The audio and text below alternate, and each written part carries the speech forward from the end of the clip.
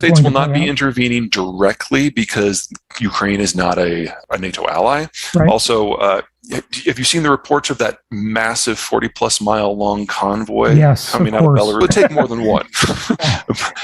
But that's kind of a good example of how the Russians suck at logistics. Mm-hmm. So if it came to a direct head-to-head fight between the United States and the Russians, our military is brilliant at logistics. It's like it's Disneyland, the military, everybody else. Right. And the only thing they're better at is taking out a large number of vehicles that are in a line. Yeah. So if it did come to a regular war between Russia and the United States, we would wipe the floor with them in terms of the armored warfare and the artillery battle.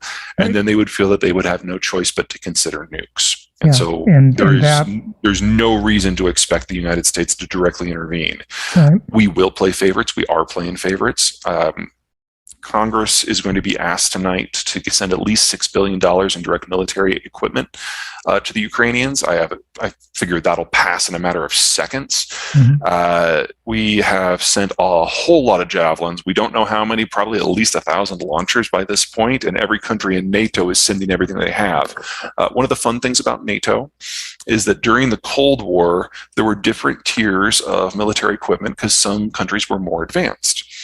When the Cold War ended, everyone spent 15 years upgrading their equipment, and they handed the older stuff to the new allies in Central Europe and Turkey. Mm-hmm. Now, all of those countries have upgraded their equipment, and they're sending all their hand-me-downs to Ukraine. So there's a metric butt ton of stuff that's going into Ukraine right now. Mm-hmm. And that is not going to turn the tide of the war, but it means that the Russians will have to pay in blood for every single inch. And once they capture it, they'll be partisans and they'll have to go back and do it again. And the only way the Russians know how to deal with that is to level everything. And this is just the next phase in what the Russia sees as multi-step expansion. They're not done with Ukraine. Yeah. Well, the soldiers most of the soldiers are draftees. So you can imagine how they feel about what's going on right now, since they didn't realize that this is what they were going to be in for. Right. For the Russians back in Russia, no. There have been a number of protest movements in Russia over the last several years, and they've got progressively smaller. And when I looked yesterday at the numbers, there were only about 6,000 Russians total that have been arrested so far nationwide. Yep. That's nowhere near enough to generate the sort of activity that Putin's going to be even the least bit concerned about. Right. The report I heard this morning from Ukraine, which made me perk up a little bit, is that apparently a couple platoons of Russian soldiers surrendered to the Ukrainians, and not after a fight. If you get mass desertions among the Russian soldiers, then we're talking about a very different situation.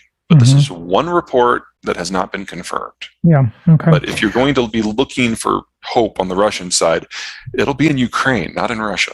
Oh, yeah. No, I think that's a little simplistic. If the United States were to get involved in Ukraine in a real way, that would be the Air Force, that would be the Special Forces, that would be the Army. If we're going to get involved in Ukraine, it's going to be the Navy. It's an island. Yeah, it's just basic military math. I also don't think that the Chinese are itching to go, because if the Chinese did, the war would look very different from Ukraine. So in Ukraine, Russia holds all the mid and long-term advantages here. More equipment, more men, a self-sustaining system at home. China is 100% dependent upon international trade as maintained by the American-led globalized order. Right. And if they try to throw a wrench in that, they lose access, because we'll just put a couple of destroyers out in the Indian Ocean and cut the energy line. 3 months later, the buses stop running because they run out of fuel. 3 months after that, the power goes out. And less than a year after that, they lose 500 million people to famine, because agriculture is an internationalized trade-based system, and all the inputs that allow them to grow their food are not from China. Yeah. Toxic the way it's gone through the pandemic. I'm not going to comment on the Fed, because the Fed is about to be thrown 1,000 curveballs, and I'm not sure the Fed has the tools to deal with this, even if we all agreed on what needed to be done. Let me put this from the Ukrainian and the Russian point of view. Yeah, and agriculture, of course, because Ukraine is a big exporter and fertilizer. Russia is the number 1 exporter of wheat, and it just invaded the number 5 exporter of wheat. Ukraine will not plant crops this spring. We have shortages in every kind of fertilizer. Nitrogen, because natural gas prices are up by a factor of 7 before the Russian moves. They're going to go up more. Phosphate, because the Chinese have blocked exports because they're terrified about what's about to happen internally. And 40% of the world's potash comes from Belarus and Russia. Yep. No matter how this shakes out, we are going to have famine, continental in scope, before the end of the year. And this is just the beginning of the unwinding of global agriculture. This year, I don't know, but the carrying capacity of the land in a deglobalized world is about $1 billion less than what we have right now. Yes, the whole point of the end of the world is just the beginning, is to look at what all the economic sectors look like on the backside of globalization, once it's gone. Right. So remove all the structures that have allowed us to build and grow to where we are. What happens when they're just not there anymore? And it's different for every sector. It's different for every region. But agriculture is by far the chapter that gives me the most nightmares. Europe's probably okay. Good farmland, good local fertilizer processing. They're going to have some definite problems, but not famine. Let me give you a point of reference. In 2010, there were a bunch of fires in Siberia because they had a really horrible season for ag. And so the Russians intervened in markets and prevented exports from their part of the world for a few months.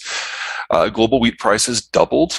Global wheat prices tripled in some of the places that used to rely on Ukrainian, Kazakh, and Russian wheat. And that triggered a series of uprisings and coups and wars that we now know as the Arab Spring. And that was from a partial disruption, not a complete disruption. Yeah. And that had nothing to do with fertilizer. Fertilizer just flowed fine. Mm-hmm. What we're dealing here is at least a factor of 6 bigger than that. Wow. Yeah, so, and if you look at the countries that have really expanded their agricultural footprint of late, Western Australia, Brazil, they do it all with imported inputs. They're just not there right now. Oil and gas, oil and gas, oil and gas. I mean, I realize that's a little redundant. Meaning up. Right? Yeah, exactly. Yeah. Well, we're going to lose the world's second largest exporter of oil and largest exporter of natural gas. Mm-hmm. Because no matter how this war goes, either the Russians are going to use it as leverage, or the Ukrainian partisans are going to go after the infrastructure, or the Turks aren't going to let it through the Turkish Straits because they've activated the Montreux Treaty, or the Europeans are going to do sanctions, or the Americans are going to. No matter how this goes down, Russia stops shipping energy west. Yeah. The United States is still a net exporter by a significant margin. We export over 3 million barrels a day of refined product. So while I'm not exactly thrilled with some of the things the Biden administration has done on energy policy, he'd have to do a whole lot more damage to actually impact the bottom line. My concern moving forward is that in a world where the Russians cease to be a player and oil prices skyrocket because it's a globalized market, the U.S. president has the power granted by the 2015 Energy Omnibus Bill to end American energy exports with the stroke of a pen. Mm-hmm. Which means that we'll be fine. Yep. But then the world would lose access to American energy and Russian energy at the same time. They would and break that's where everything else breaks. That's one of the ways everything else can break down very quickly. Yeah, it really is.